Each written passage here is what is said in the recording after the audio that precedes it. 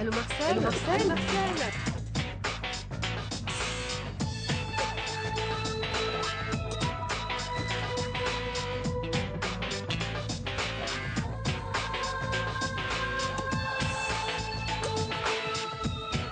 Allô Marcel? Allô Marcel? Marcel.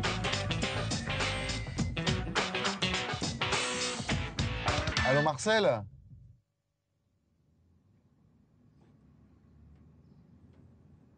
Bon, eh bien voilà, je crois que je vous ai tout dit. 35 000 km au compteur, pas une égratignure. Je vous laisse 5 minutes pour réfléchir le temps que vous preniez votre décision.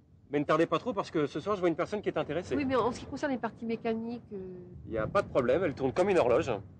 Je vous laisse réfléchir. Alors, qu'est-ce que t'en penses? Bah écoute, j'en sais trop rien, hein, et puis il peut nous raconter ce qu'il veut. Et qu'est-ce qui nous dit qu'il n'y a pas un vice caché, d'ailleurs? Arrête d'être toujours négative. Regarde cette bagnole, elle est super. Et t'as vu la carrosserie? Elle est nickel.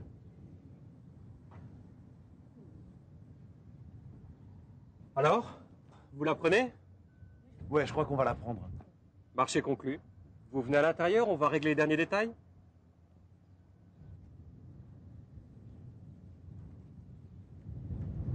Au revoir. Au revoir.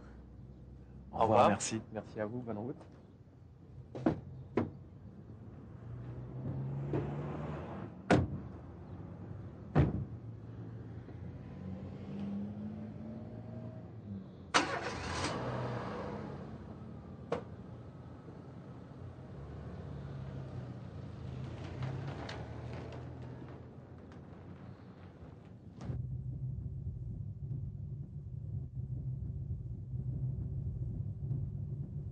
Bah, qu'est-ce que c'est que ça, là? Bah quoi? Là, le voyant, regarde. Quel voyant? Ah, tu vois, je te l'avais dit, j'avais un mauvais pressentiment avec cette voiture, moi. Écoute, c'est pas grave, on est presque arrivé, là. Ah bah ça commence bien. Bah, c'est quoi ce voyant, là? Alors là, j'en sais rien. Tu sais, moi, la mécanique... Je te préviens, dès qu'on rentre à la maison, j'appelle Marcel. Lui, au moins, saura nous dire si c'est grave. Ah, moi, je te préviens, la mécanique. Oh, mais j'y crois pas, c'est pas vrai.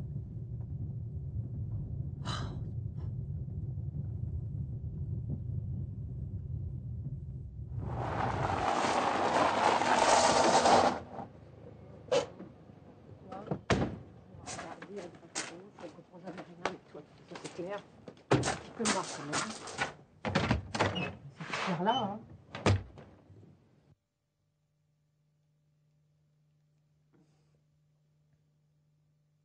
Allô Marcel? Tu devineras jamais ce qui nous est arrivé. Eh, on a acheté une voiture aujourd'hui, on a déjà un problème. Bah écoute, c'est un voyant rouge qui s'est allumé. Non, je sais pas ce que c'est. Dis Marcel, est-ce que je pourrais passer au garage demain pour que tu puisses regarder ça de plus près? Ok, super, d'accord, merci. À demain.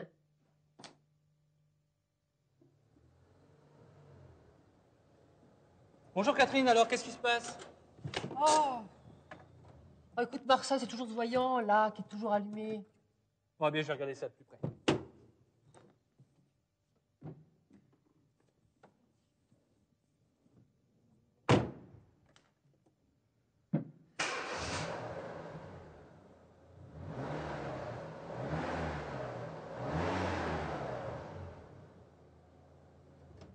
Effectivement, tu as bien un problème sur le circuit de charge.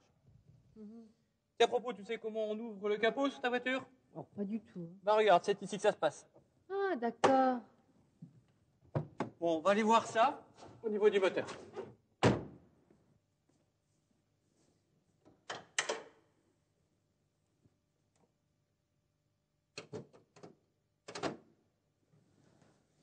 Bon, la batterie. Bon, ça peut pas venir de ça. Les câbles, non. L'alternateur, ça va. Oh bah, il n'y a plus de courroie. Bon bah la panne n'est pas trop grave. Regarde par toi-même, il n'y a plus de courroie. Mais attends, tu peux réparer ça? Oui. Ah, mais ça va prendre combien de temps? Oh bah écoute, on va faire les choses dans l'ordre. Tu viens avec moi?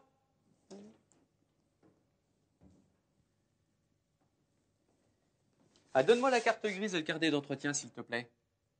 Ah, la carte grise, je l'ai, mais alors le carnet d'entretien, je l'ai pas demandé au vendeur, je sais pas où il est.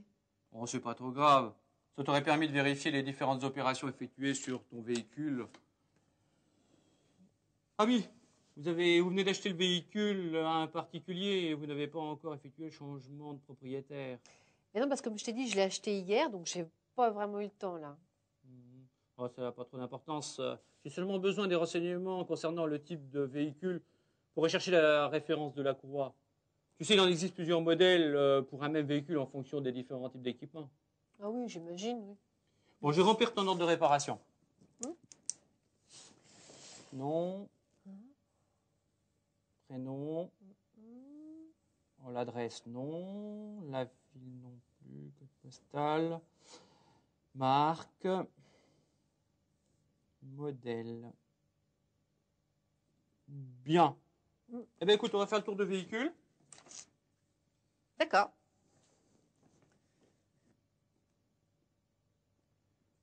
Tu vois, Catherine, je regarde l'état de ta carrosserie.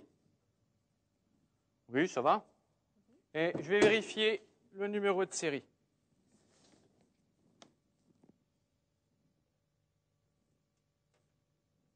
Alors, je vérifie la concordance par rapport à la carte grise.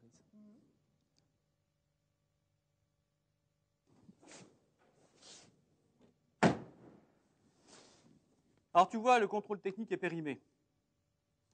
Comme tu viens d'acheter le véhicule, sa validité doit être de moins de 6 mois. Le vendeur aurait dû faire le contrôle technique avant de te vendre le véhicule. Tu risques une amende avec confiscation des papiers du véhicule. Bah, et toi, tu peux pas me faire le contrôle technique alors? Ah non. Le contrôle technique est réglementé. Il doit être effectué dans un centre agréé. Par contre, je peux te faire un pré-contrôle technique. Ah bah ok. Eh bien, ça marche. Fiche étape du contrôle technique. Le pré-contrôle technique suit les mêmes règles que le contrôle technique, c'est-à-dire que la personne chargée de ce travail devra contrôler les 125 points prévus par la norme officielle. Cette norme comprend les 10 chapitres suivants: immatriculation et identification du véhicule, freinage, direction, visibilité, éclairage, signalisation, liaison au sol, structure et carrosserie, équipement, organes mécaniques, pollution et niveau sonore du véhicule. Mais en fait, Marcel, une voiture, comment ça marche? Ben, pour qu'une voiture fonctionne, il lui faut de l'énergie. Chaîne cinématique du moteur. L'énergie provient du carburant que l'on met dans le réservoir et qui, mélangé à un comburant, oxygène de l'air, est enflammé par l'étincelle produite par la bougie. La pression des gaz en combustion chasse le piston. Le vilebrequin transforme le mouvement alternatif du piston en un mouvement de rotation qui, en passant par l'embrayage, la boîte de vitesse, le pont différentiel et les arbres de transmission, entraîne les roues motrices. Chaîne cinématique du véhicule. Une fois le véhicule lancé, il faut pouvoir le guider à l'aide de la direction, le ralentir ou le stopper à l'aide du système de freinage. Par ailleurs, les éléments de suspension contribuent au confort et à la tenue de route du véhicule. Sans oublier les pneumatiques qui ont la lourde tâche d'assurer le contact permanent de la voiture avec le sol, évitant ainsi le risque d'une perte de contrôle de sa trajectoire. Protection intérieure du véhicule. Avant de monter dans le véhicule, le mécanicien doit le protéger intérieurement. Pose de housse de siège, film de protection sur le volant, film de protection sur le levier de vitesse, papier protège-tapis au sol. Identification du véhicule. L'identification du véhicule consiste à contrôler la correspondance des plaques d'immatriculation avant et arrière avec la carte grise ou tout document officiel fourni par le client. Pression des pneus. Maintenant, Marcel va contrôler la pression des 4 pneumatiques suivant les prescriptions du constructeur. Comme le véhicule est chaud, il en tient compte et ajuste à environ 0,3 bar au-dessus de la pression préconisée à froid. Contrôle pollution. Cette étape consiste à contrôler la conformité des gaz d'échappement à l'aide d'un analyseur homologué. Mettre la sonde dans l'échappement après s'être assuré que le moteur est à température normale de fonctionnement. Pour les véhicules immatriculés après le 1er janvier 1993, la teneur en CO doit être inférieure à 0,5% au ralenti et à 0,3% au ralenti accéléré. Les valeurs sont ici conformes. Contrôle équipement intérieur.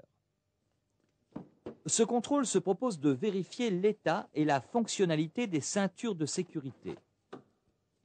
L'opérateur profitera de cette séquence pour contrôler aussi le fonctionnement du levier de frein à main, de l'assistance du freinage, du changement de vitesse, des voyants d'alerte au tableau de bord, ainsi que la course de la pédale de frein. Des sièges, du volant. Marcel en profite pour contrôler l'absence de jeu dans la direction. Marcel met ensuite le contact de manière à pouvoir s'assurer du bon fonctionnement des essuie-glaces, lave-glace et de l'avertisseur sonore. Il contrôle l'état et la fixation du rétroviseur intérieur. Contrôle suspension, freinage sur banc. Vu la conception du banc, Marcel, dans un premier temps, contrôle l'état des suspensions avant. Vérification de l'ensemble, ressort, amortisseur, accouplement au véhicule. Le banc mesure l'efficacité des suspensions et la différence d'efficacité entre les deux suspensions d'un même essieu. Le résultat donné est à apprécier selon le type de véhicule. Marcel sort ensuite le véhicule du banc de suspension pour le placer sur le banc de freinage. Cette nouvelle opération lui permet de mesurer cette fois l'efficacité globale du système de freinage. Marcel mesure aussi le déséquilibre entre les deux roues d'un même essieu. De la même façon, ce déséquilibre ne doit pas être égal ou supérieur à 30%. Au cours de cet essai, on vérifiera l'efficacité du frein de stationnement. Résultat égal ou supérieur à 18%. Marcel effectue les mêmes opérations au niveau des suspensions et du freinage pour le train arrière. N'oubliez pas les points importants. Pose de protection dans le véhicule avant l'intervention. Étape pré-contrôle technique. Identification du véhicule, pression des pneus, contrôle de pollution du moteur, conformité de l'équipement intérieur du véhicule, passage au banc, suspension, freinage. Dans l'émission suivante, nous vous présenterons suite et fin du pré-contrôle, remplacement d'une courroie d'entraînement d'alternateur.